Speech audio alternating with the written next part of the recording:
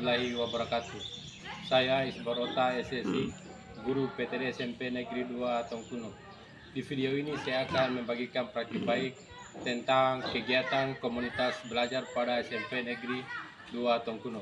Selamat menyaksikan. Warahmatullahi wabarakatuh. Waalaikumsalam warahmatullahi wabarakatuh. Oke, di pertemuan ini di komunitas belajar kita akan membahas tentang penentuan KKTP. Kalau di kurikulum K13 itu KKN, di kurikulum Merdeka itu KKTP. Di KKN dia mempunyai batasan atau nilai yang ditentukan.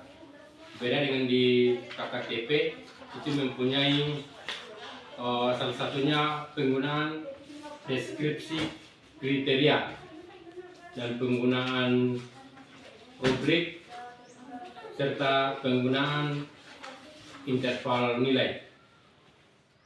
Penggunaan deskripsi kriteria misalnya ketika peserta didik mendapatkan tugas mengenai praktik dalam menulis misalnya puisi, maka guru dapat menentukan KKTP-nya yang akan ditentukan. Rubrik dia misalnya bisa atau tidaknya siswa atau peserta didik melakukan kegiatan tersebut, ya atau tidak. Itu penggunaan rubrik. Sedangkan interval nilai dia misalnya menggunakan persen, 0 sampai 40% misalnya belum tercapai, 41 sampai 65 belum tuntas, atau 66 sampai 85 mencapai ketuntasan, 86 sampai 100 misalnya sudah berkembang. Itu penggunaan interval nilai. Dari penggunaan tiga tersebut mungkin ada yang ditanyakan tentang penentuan KKTP di kurikulum Merdeka.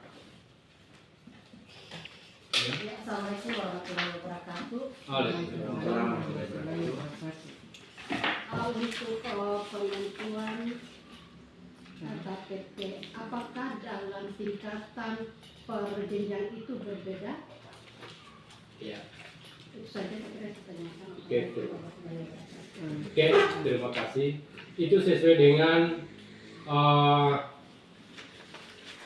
tujuan pembelajaran yang kalian buat guru masing-masing. Jadi tidak menutup kemungkinan kelas 7 seperti ini rata semua.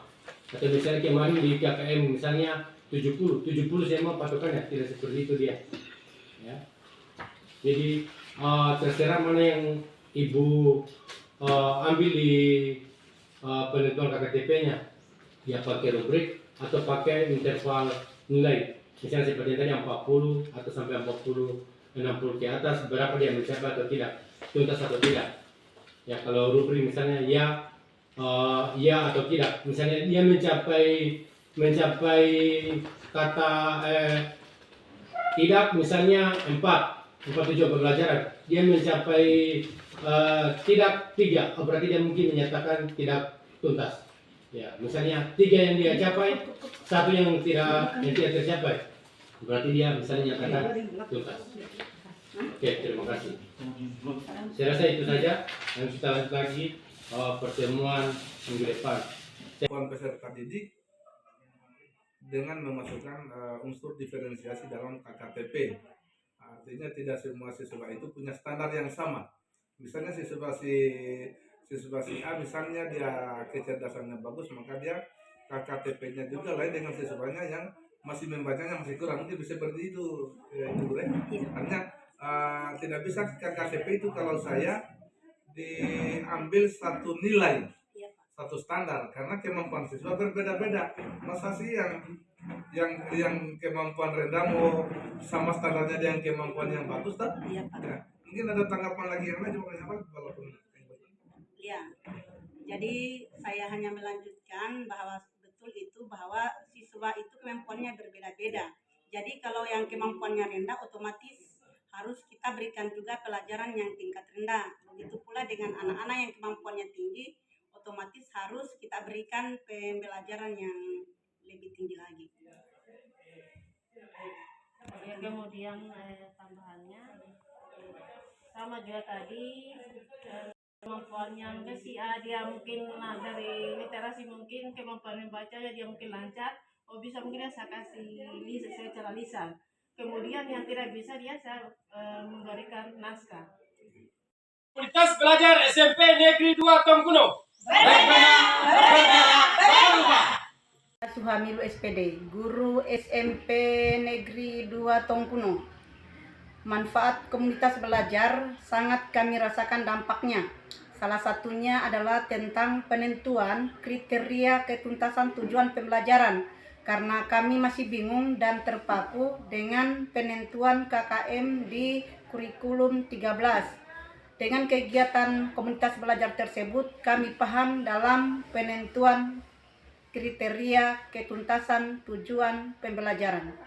Sekolah saya memperhatikan bahwa komunitas belajar itu memang punya peranan penting.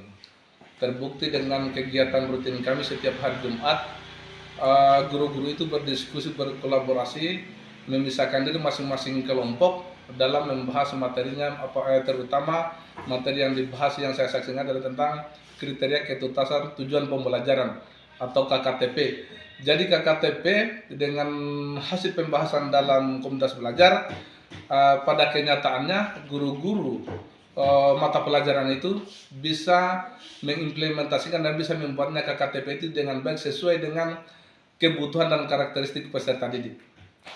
Kegiatan komunitas belajar kami yang kami laksanakan di tiap hari Jumat, semoga bisa menjadi inspirasi buat komunitas belajar yang lain. Saya akhiri, wabillahi taufiq wal hidayah. Assalamualaikum warahmatullahi wabarakatuh.